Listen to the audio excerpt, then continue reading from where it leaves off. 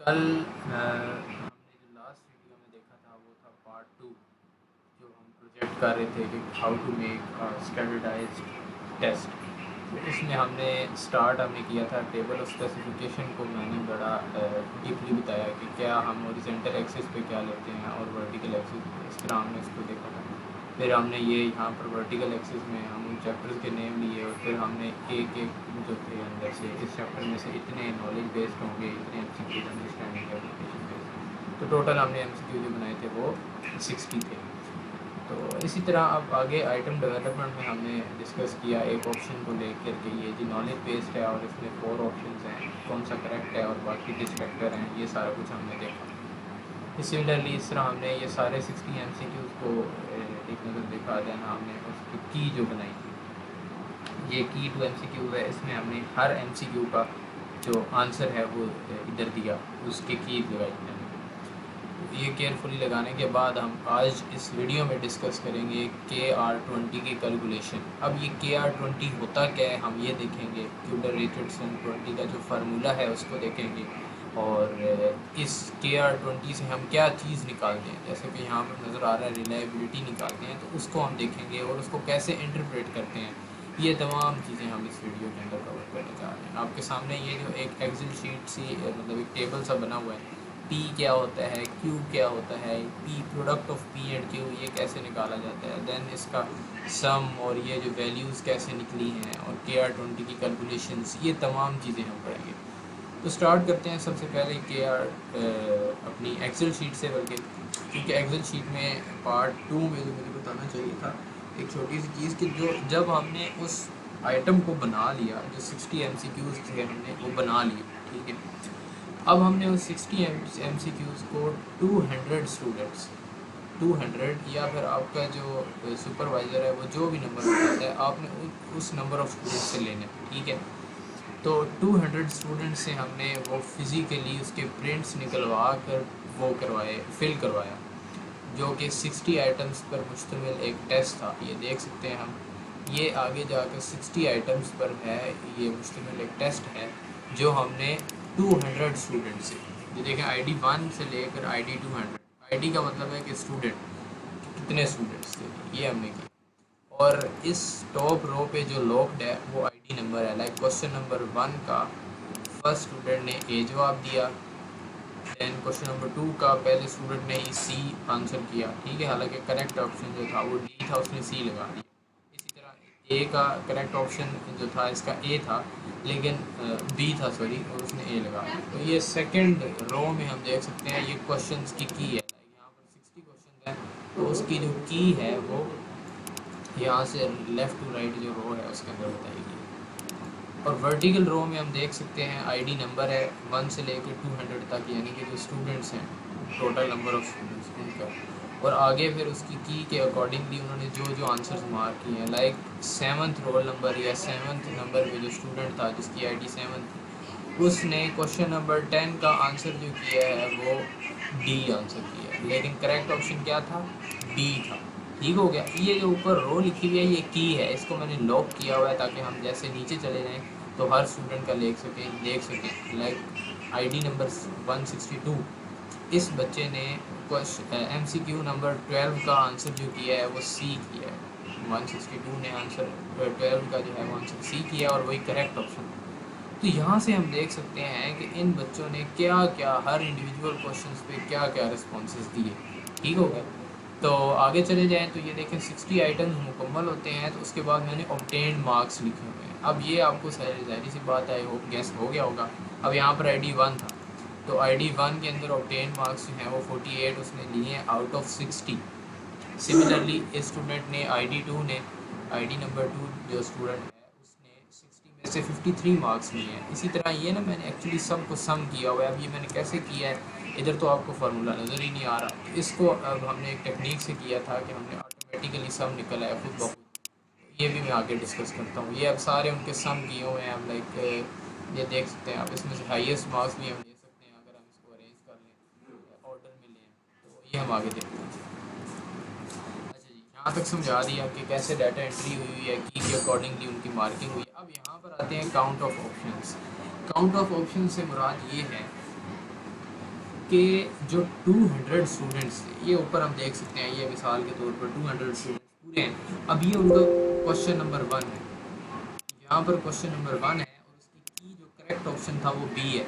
लेकिन तमाम 200 बच्चों ने MCQ नंबर 1 पे कौन सा रिस्पॉन्स दिया? आंसर करेक्ट बी है, उन्होंने कौन सा रिस्पॉन्स दिया? तो वो हम यहाँ से कैलकुलेट करते हैं, ये कि 200 बच्चों में से ID नंबर 1 यानी कि क्वेश्चन नंबर 1 को जो ए ऑप्शन जिस पे सब बच्चों ने लगाया, वो 40 बच्चों ने 200 में से 40 स्टूडेंट्स ने ए को करेक्ट ऑप्शन कह दिया, और 200 में से 114 यानी more than half of the students marked B as correct option, and that was a correct option in reality, जो कि करेक्ट ऑप्शन था। Similarly for option C, the students marked 20, the students who marked option C out of 200 are 21. Similarly for D option. तो अगर हम इसका सम करें ना, इसका 40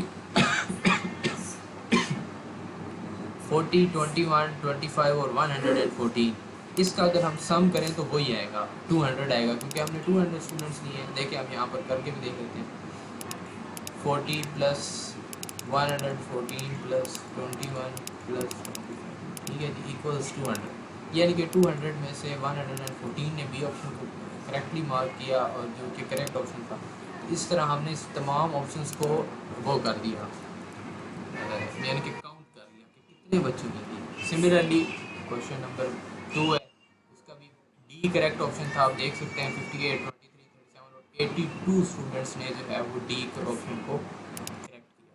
ठीक हो गया। इधर अगर हम इसको हाईलाइट करके चलेंगे तो सही। अब देखिए यहाँ पर बी ऑप्शन है, तो सिमिलरली 95 ने, देख सकते हैं ज़्यादातर बच्चों ने करेक्ट ऑप्शन की तरफ गए, इसका भी बी है।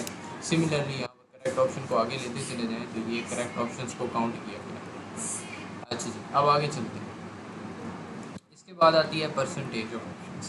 आसान सा कंसेप्ट है, यानी कि 200 में से अगर 40 ने निकाला है तो उसकी परसेंटेज निकाली है। देखें B205, अब ये फार्मूला लगा हुआ है इसके ऊपर, B205 ये वाली सेल है, divided by 200 total number of students multiplied by 100, तो उसका जो आंसर आया हमारे पास वो 20%। यानी कि आउट ऑफ 200 स्टूडेंट्स 20% ने ए ऑप्शन को करेक्ट मार्क किया, और 57%, जैसा कि मैंने बताया था, मोर than half of the students ने करेक्ट ऑप्शन को मार्क किया, दैट वाज 57%। तो इसी तरह ये तमाम की जो है ना वो परसेंटेज निकाल ली गई ड्रैग एंड ड्रॉप फार्मूला के तहत।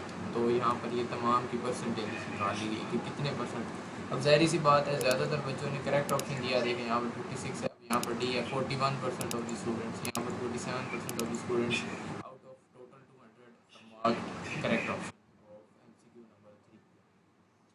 अब आगे चलते हैं। अब ये मैंने जो आगे मैंने बताया था ऑब्टेन्ड मार्क्स मैंने कैसे निकाला, तो अब देखें आइटम नंबर 1 है। अब इसको मैंने अरेंज किया हुआ है फ्रॉम लार्जेस्ट टू स्मॉलेस्ट, क्योंकि यहाँ पर इसके आगे जिसके सबसे हाईएस्ट मार्क्स हैं 53 मार्क्स हैं हाईएस्ट, तो हाईएस्ट मार्क्स को मैंने सबसे ऊपर रखा हुआ है।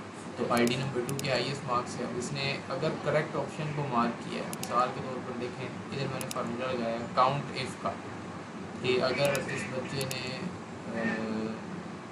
ठीक है ना, अगर इस फार्मूला को देखें तो इस पूरी क्या कहते हैं कॉलम के अंदर से अगर किसी बच्चे ने बी ऑप्शन लगाया है तो वो बी को करेक्ट, वो फिर उसको काउंट करो। इसी तरह अगर किसी पूरी रो में किसी ने अगर सी ऑप्शन को लगाया है तो उसको काउंट करें। ये इस तरह करके ना मैंने फार्मूला लगा दिया इसके आगे, ठीक हो गया जी। सिमिलरली इसी तरह आगे फिर उसको परसेंटेज यहाँ से निकालनी। अब यहाँ पर आगे इनको मैंने निकाला है विद द हेल्प ऑफ यहाँ पर अगर हम देखें इसको, कुछ हिडन रोज होंगी unhide, yes there you go, data entry and coding. देखें जी ये सिमिलरली वही चीज़ है, बस ABCD लिखी हुई है। अब मैंने कोडिंग कैसे की है ये देखें जी। अब यहाँ पर ID नंबर 1 है। अब देखें इफ़, अगर हम इसको देखें तो if B3 is equal to B, अगर B3 बच्चे ने बी का आंसर करेक्ट ऑप्शन दिया है तो उसको 1 मार्क कर दें, अदरवाइज उसको 0 कर दें। ठीक है, ये if and then statement type लगा दी है मैंने, जो हम पढ़ते हैं छोटी क्लासेस में, कि अगर पहले बच्चे ने फर्स्ट MCQ का आंसर ए लगाया है जो कि करेक्ट ऑप्शन नहीं है, करेक्ट ऑप्शन क्या था, बी था, ये देखिए यहाँ पर लिखा हुआ है बी, तो अगर तो उसने बी लगाया तो फिर 1 लिख दें। अगर बी के अलावा कोई भी ऑप्शन लगाया ना A, C और D, ये 3 ऑप्शन लगाए हैं तो उसका आंसर आपने 0 लिख देना है। ये एक्सेल को मैंने एक कमांड दी है और उसने मुझे रिस्पॉन्स दिया है जी ये 0, क्योंकि उसने बी का नहीं लगाया हुआ था कुछ और। इसी तरह अगर आप देखें इस आईडी नंबर 6 को, इसने करेक्ट ऑप्शन लगाया हुआ है बी, ठीक है। आप ऊपर चले जाएँ तो ये देखिए आईडी नंबर 6 ने करेक्ट ऑप्शन लगाया है बी। तो मैंने यही फार्मूला में कहा था कि अगर उसने बी लगाया तो उसको 1 काउंट करें, अदरवाइज उसको 0 काउंट करें। तो इस तरह देखिए जी हर आइटम का मैंने ऊपर से उसकी लोकेशन दे के ये फार्मूला लगा दिया कि अब क्योंकि इसका करेक्ट ऑप्शन जो था वो था डी, तो अब डी करेक्ट ऑप्शन था तो ये देखिए डी हो गया। इसी तरह इसका बी ऑप्शन है, बी बी इस तरह करके सबको ये इतना मैनुअली नहीं करना पड़ता, हम बस इसको पकड़ के ना यूँ ड्रैग कर देते हैं तो वो फार्मूला होता है, ठीक हो गया जी। तो इस तरह ये सारे फार्मूलाज मैंने लगा दिए इसके ऊपर राइट और लेफ्ट ड्रैग करके। अच्छा अब मैंने इनकी टोटल कैसे की है इन सब, यहाँ पर चले जाते हैं at the end of this row, इसमें मैंने कोडिंग की। अब यहाँ पर मैंने लिखा है ऑब्टेन्ड मार्क्स। अच्छा जी ये मैंने सम कर दिया। आप देखें अगर करेक्ट ऑप्शन है तो 0 है, अगर इनकरेक्ट ऑप्शन है तो मैंने 0 लगा दिया और करेक्ट ऑप्शन पे 1 लगा दिया। अगर आप इनकरेक्ट ऑप्शन पे 0.-0.5 यानी कि ज़्यादा कटिंग करते हैं, अगर कोई बच्चा गलत मार्क करता है तो वो भी आप इसके अंदर कर सकते हैं।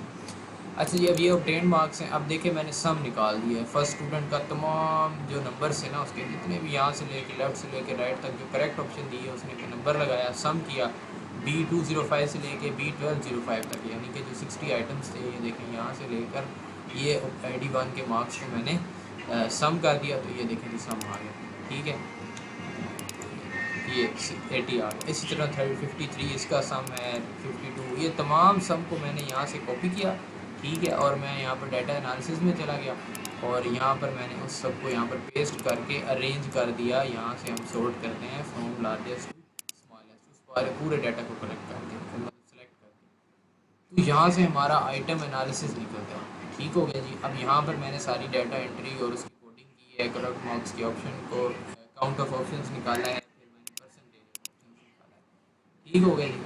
आज के लिए आई थिंक इतना ही काफ़ी है। हालांकि हमने KR20 भी करना था क्योंकि टाइम 10 मिनट से एक्सीड हो गया, तो हम शॉर्ट लेके जा रहे हैं। कल फिर हम ना इसी के ऊपर आगे नेक्स्ट पार्ट 4 के अंदर हम KR20 कैलकुलेशन, KR20 होता क्या है और ये PQ की वैल्यूज़ क्या होती हैं ये हम देखेंगे। थैंक यू, अल्लाह हाफ़िज़।